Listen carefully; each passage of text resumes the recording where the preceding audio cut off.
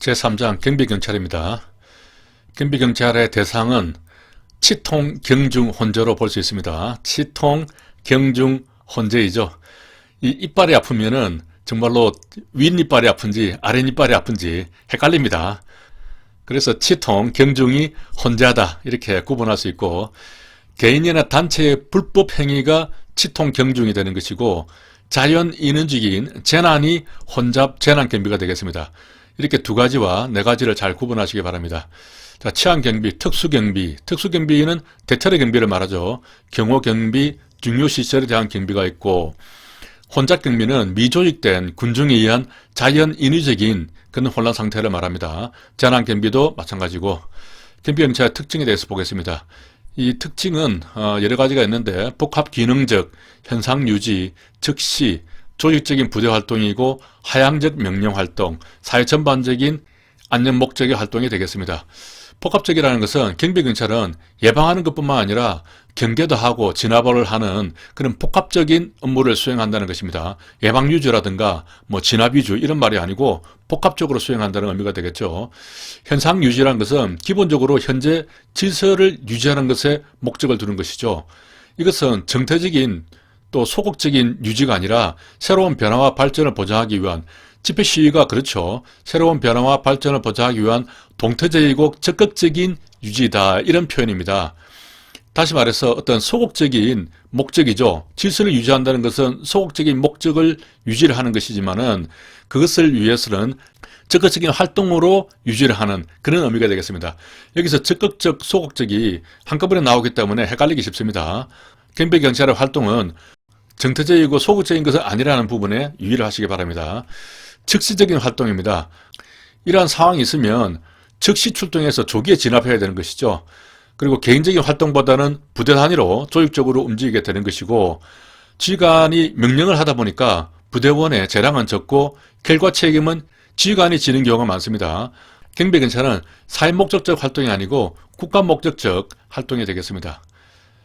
경비경찰의 근거는 헌법에도 나오죠. 국민의 모든 자유와 권리는 국가 안전보장, 질서유지, 공공복리를 위해서 필요한 경우에 한해서 법률로서 제한하셨죠. 법령이란 말이 아니고, 그렇기 때문에 헌법은 경비경찰의 근거이면서 동시에 제한하는 성격도 가지게 되겠습니다.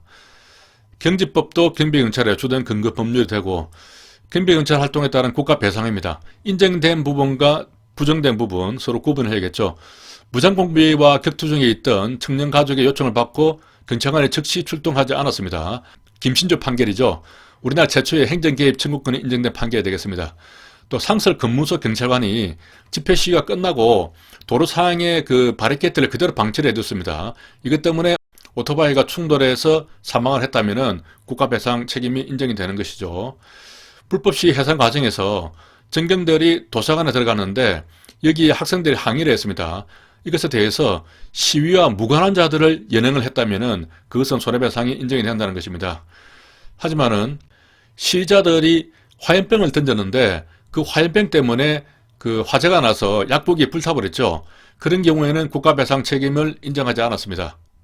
그리고 아까 그 불법 시위 참가자들이 도서관으로 도주를 해서 전경들이 도서관에 진입을 했는데 이것 때문에 그 학생들이 정신적인 충격을 받았고 또 그 시간 동안에 공부를 못했다 하는 이런 부분에 대해서 위자료 지급 청구는 부인됐습니다. 조직 운영의 원칙을 보겠습니다. 조직은 지부통합, 지부통합이죠. 이 치안 협력성은 합동이라는 의미로 이렇게 바꿔서 지부통합으로 암기할 수 있겠습니다. 업무 수행 과정에서 국민의 협력은 필수적이다 하는 부분인데 이 협력을 합동으로 단어를 조금 살짝 바꿨습니다. 그렇게 해서 두 문자를 지부통합으로 암기를 할 수 있고, 지휘관 단일의 원칙은 지휘관은 한 사람만 둔다는 원칙입니다. 경찰 행정학에서 조직 편성의 원리 중에서 명령 통일의 원칙이 있죠. 이 원칙하고 일맥상통하는 그런 원칙이 되겠습니다. 명령 통일의 원칙이 한 사람이 지시하고 그 사람에게만 보고한다는 원칙이죠. 이것이 지휘관 단일의 원칙이 된다는 겁니다. 이렇게 지휘관 단일의 원칙은 집행하는 데 있어서 단일성을 의미하는 것입니다. 의사결정하는 과정에 있어서는 여러 사람이 머리를 맞대고 서로 협의를 할 수 있겠죠. 논의를 할 수 있습니다. 의사결정하는 데 있어서 지휘관만이 결정한다는 뭐 그런 의미는 아니고, 일단 결정이 되었으면은 그 집행에 있어서 단일성을 의미하게 되겠습니다. 경비경찰은 개인적인 활동보다는 부대 단위로 활동하게 되는데, 이렇게 부대 단위로 활동하기 위해서는 반드시 지휘관이 있어야 되는 것이죠. 앞으로 많은 원칙에서 이 지휘관이 등장을 합니다. 이 경우에 그 부대에는 반드시 지휘관이 있어야 한다는 것은 부대에는 지휘관이 계신다, 부대찌개로 암기를 할 수 있겠습니다. 최종 결정은 지휘관만이 할 수 있고, 지휘관 명령에 따라서 업무가 수행되겠습니다. 부대 활동의 승패는 지휘관에 의해서 좌우된다 하는 원칙이 되겠고, 체계 통일성의 원칙은 조직의 정점에서부터 하부까지 개선을 통해서 일정한 관계를 형성한다는 것인데, 명령과 복종의 체계가 통일된다는 겁니다. 한 명이 지시하고 한 명을 통해서 보고를 한다는 것입니다. 자, 지휘관이 지시를 하고 그 지휘관에게만 보고하는 것은 지휘관 단일의 원칙이죠. 하지만 한 명이 지시하고, 이건 또 지휘관 말이 안 들어가죠. 어쨌든 한 명이 지시를 하고 또 한 사람을 통해서 통한다는 의미가 있으니까 이러한 체계를 갖추어서 보고를 한다는 겁니다. 그것이 체계 통일성의 원칙이 되겠습니다. 자, 지휘관과 관련해서 조금 더 정리를 해보겠습니다. 지휘관이 책임을 진다 하는 것은 하향적 명령의 특성이죠. 이것은 경비경찰의 조직 운영의 특성이 아닙니다. 경비경찰 전체의 특성이 되는 것이죠. 이것은 지휘관이 명령을 하고 그 명령에 지휘관이 책임을 진다 하는 그런 내용입니다. 지휘관이 한 사람이다. 한 사람 이런 말이 나오면은 단일의 원칙 이렇게 들어가는 것이고, 지휘관이 반드시 있어야 한다. 부대에는 지휘관이 있어야 한다. 이것은 부대 지계가 되는 것입니다. 한 명이 지시하고 한 명이 보고한다. 한 명을 통해서 보고한다는 것이죠. 이것은 체계가 통일되어 있다. 체계 통일성을 의미하는 것입니다. 이 지휘관 단일의 원칙하고 구별을 해야 되고요. 그리고 경찰행정학에서 나오는 명령 통일의 원칙은 체계 통일성의 원칙하고 같은 것이 아니라 지휘관 단일의 원칙하고 같은 것입니다. 이게 통일이라는 말이 나오기 때문에 바로 착각을 하게 되거든요. 유의하시기 바랍니다. 자, 경비수단의 원칙을 보겠습니다. 시점, 위치, 균형, 안전 이렇게 해서 시위군 안전. 경비수단은 항상 시위군들이 안전하도록 그렇게 보호하는 원칙이 되겠습니다. 시점의 원칙은 상대방 저항이 허약한 시점을 포착해서 집중적이고 강력한 실력 행사를 한다 하는 것이고, 위치는 유리한 위치를 확보해야 되고, 또 균형 있는 경력을 운영해야 됩니다. 이것은 시대에 대비해서 너무 많은 경력을 운영해서는 안 된다는 것이죠. 어떤 한정된 경력으로 최대의 효과를 발휘한다, 이런 얘기하고 같은 내용이 되겠습니다. 또 안전하게 해야 되겠죠. 경비 수단의 종류를 보면 경고하고 제지하고 체포를 할 수 있습니다. 경고나 제지는 경지법에 의합니다. 그리고 체포를 하는 것이니까 이것은 형소법에 근거를 하게 되겠죠. 경고하는 것은 간접적인 실력 행사인데, 제지하고 체포하는 것은 직접적인 실력 행사가 되겠습니다. 경고는 경지법에 근거한 임의적인 처분이죠. 제지는 경지법에 근거한 대인적 즉시 강제가 되겠습니다. 체포는 형소법에 의하는데, 반드시 경고하고 제지하고 체포하는 이 순서대로 행사되어야 하는 것은 아닙니다. 경우에 따라서는 바로 체포로 들어갈 수도 있는 것이고, 경우에 따라서는 경고 없이 바로 제지를 할 수도 있는 것입니다. 자, 경비경찰의 주요 대상을 보겠습니다. 행사안전경비는 혼잡경비라고 하죠. 군중정리의 원칙이 있는데, 밀도의 희박화, 경쟁활동을 지향하고 지시철저 이동 일정한데, 요 네 가지는 밀경지로 이동시킵니다. 군중을 정리시키기 위해서는 밀경지가 좀 밀도가 희박하겠죠. 밀경지로 이동을 시킨다, 이렇게 기억을 할 수 있는데, 밀도를 희박화시킨다는 것은 다수가 모이는 것을 기본적으로 방지를 하는 겁니다. 사전에 블록화한다는 것이죠. 중간중간에 통로를 만들어서 블록화를 시켜서 밀도를 희박화시키고, 또 경쟁 심리를 억제합니다. 차분한 목소리로 안내하는 것이 되겠습니다. 지시철저는 계속적으로 반복적으로 자세하게 안내를 하고, 이동 일정화는 이동 방향이 일정하도록 유지를 하고 안정감을 조성하는 것이 되겠습니다. 행사안전 경비 활동을 보면 혼잡경비는 군중들이 미조직되어 있죠. 집회 시위와 관련된 군중들은 어느 정도 조직된 군중입니다. 하지만 이 혼잡경비에 있는 군중은 미조직된 군중이 되겠습니다. 부대는 군중이 입장하기 전에 사전에 배치를 해야겠죠. 또 경력은 단계별로 탄력적으로 운영할 수 있겠습니다. 예비대를 운영할 수 있는데, 이것은 경찰이 판단해서 예비대를 운영하는 것입니다. 협조사항이 아니라는 것이죠. 주최 측과 협조하는 내용은 행사 진행 과정이라든가 경비용 활용을 권고한다든지 또 자율적으로 질서 유지를 해라 이런 내용들이 될 수 있고, 예비대를 관중석에 배치를 한다면은 단시간 내에 그 혼란 지역에 도달이 될 수 있도록 이동하기 좋은 장소에 있어야겠죠. 그렇기 때문에 통로 주변에 배치를 하게 되겠습니다. 행사장 앞쪽이 아닙니다. 이러한 혼잡 경비를 위한 그 근거 조항은 직접적인 수권 조항은 없습니다. 경제법 5조의 위험 발생 방지가 일반적인 수권 조항이 되겠습니다. 혼잡 경비라는 것은 특별히 개인이나 단체에 불법 행위를 전제로 하지 않죠. 치통, 경중, 혼재 이렇게 암기했습니다. 혼재는 개인이나 단체의 불법 행위를 전제로 하지 않습니다. 경비법 시행령에 보면 시도청장은 행사장에 그 행사 측에서 자체적인 경비원을 배치를 못할 경우에는 행사 24시간 전에 그때의 시도경찰청장에게 통지해 줄 것을 요청을 할 수 있습니다. 이게 경비법 시행령에 있죠. 여기서 이제 24시간 전입니다. 행사 24조. 그래서 행사 이사 이렇게 암기를 했고, 이것 나오면은 또 총포도금 하양요법에서 총포 등을 습득을 했을 때 24시간 내에 신고를 해야 되죠. 그렇지 않으면 처벌받습니다. 총포 하니까 뒤에 포가 나오니까 그때도 24가 나왔습니다. 공연법 및 시행령을 보면 공연장에 대해서는 매년 재해대책 계획을 지자체장에 신고를 해야 됩니다. 또 지자체는 보완 요구를 할 수 있고요. 신고를 받은 지자체장은 그 계획을 소방서장에게 통보합니다. 경찰서장이 아닙니다. 제 대책 계획에는 비상시 조치 연락처가 포함되어야 하고, 신고를 안 하면은 2천만 원 이하의 과태료가 물립니다. 벌금이 아닙니다. 과태료 중에서 2천만 원짜리 나오는 것은 경찰에게서는 이것이 유일하고 상당히 높은 금액이 되는 것이죠. 이것은 이제 공연장이 있는 경우를 이야기하는 것이고, 공연장 외에, 그러니까 야외 같은 데가 되겠죠. 이런 데서 1000명 이상이 운집이 예상이 된다. 그러면 아래 조치를 취해야 되는 겁니다. 여기서 1000명 이상이죠. 100명이 아닙니다.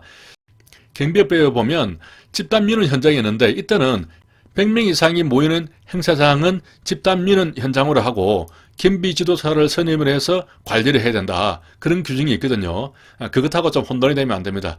자, 공연장 외에 야외에서 1000명 이상 모일 것 같다. 그러면은 공연 14일 전까지 재대책 계획을 신고를 해야 되는데, 변경사항이 있다면은 7일 전까지 또 변경 신고를 해야 됩니다. 이런 숫자들이 좀 나오죠. 아무튼 이 공연법 관련해서는 경찰에 직접 신고하는 내용은 없습니다. 선거 경비를 보겠습니다. 공직선거법에 있는데 선거기간은 대통령의 경우는 23일입니다. 후보자 등록을 마감을 했다. 그러면 마감한 다음 날부터 선거하는 날까지가 되는 것이죠. 총 23일을 주고 대통령 외에 국회의원이나 지방자치단체 의원 또 지자체장 이런 경우는 14일을 줍니다. 이때는 후보자 등록을 마감을 했다. 그러면 그 다음 날부터 되는 것이 아니라 그 이후 6일째부터 선거일까지가 되는 겁니다. 그래서 역으로 잘 계산을 해서 14일이 선거 기간이 되는 것이죠.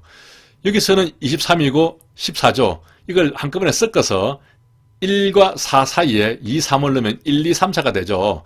아무튼 23과 14를 그렇게 기억을 하시기 바랍니다. 선거운동 기간은 투표를 하는 아래 이 선거일을 뺀 나머지 기간이 선거운동 기간이 되겠습니다. 다시 말해서 선거 기간 중에서 투표하는 선거일을 뺀 나머지 기간이 선거운동 기간이 되는 것이죠. 이것을 다시 풀어서 설명하면 선거기간 개시일부터 선거일 전일까지가 되겠습니다. 대통령인 경우에는 후보 등록 마감일 다음 날부터 되겠죠. 그리고 선거 전일까지 되는 겁니다. 국회의원 등은 나머지는 등록 마감일 6일 후부터 선거 전일까지 되는 것이죠. 선거일에 대한 이런 규정이 있는데 이것은 참고로 이렇게 봐주시면 되고요. 투표소 경비는 선관위가 자체적으로 경비를 하죠. 경찰은 돌발 사태에 대비를 하고 순찰을 하고 즉응태세를 유지를 하는데 무장경찰관을 배치하지 않습니다. 이것은 투표소에 대해서는 무장경찰관을 배치를 하지 않는데, 개표소 경비는 투표함에 다 모여 있는 곳이니까 이때는 우리 경찰관이 무장경비하게 되는 것입니다. 개표소 경비를 보면 1선, 2선, 3선이 있죠. 자, 1선은 개표소 내부가 됩니다. 1선이라는 것은 최1선을 이야기하죠. 가장 근접한 곳을 이야기하게 되겠습니다. 선관위가 요청을 하면 경찰에서 소방이나 한전 등 유관기관과 협조를 해서 그 내외곽에 대한 사전 안전 검측을 실시하게 되겠습니다. 이때 소방과 한정 등 이런 기관과 협조를 하는 주체는 경찰이 되는 것이죠. 선관위에서 이런 기관들과 협조를 하는 것이 아닙니다. 안전검측은 경찰의 임무이기 때문에 경찰에서 유관기관들과 협조를 해서 같이 안전검측을 실시하게 되겠습니다. 질서 유지는 선관위원장의 그 책임하에 유지가 되는데 선관위원장 또는 위원이 정복 경찰 공무원 또는 경찰 관서장에게 원조를 요구할 수 있습니다. 이때는 위원장 또는 위원이 요청할 수 있죠. 이렇게 해서 개표소 안에 들어갔단 말이죠, 경찰이. 그런 경우에는 위원장의 지시만 받습니다. 위원의 지시를 받는 것은 아닙니다. 이 두 가지를 구분을 해야 되고요.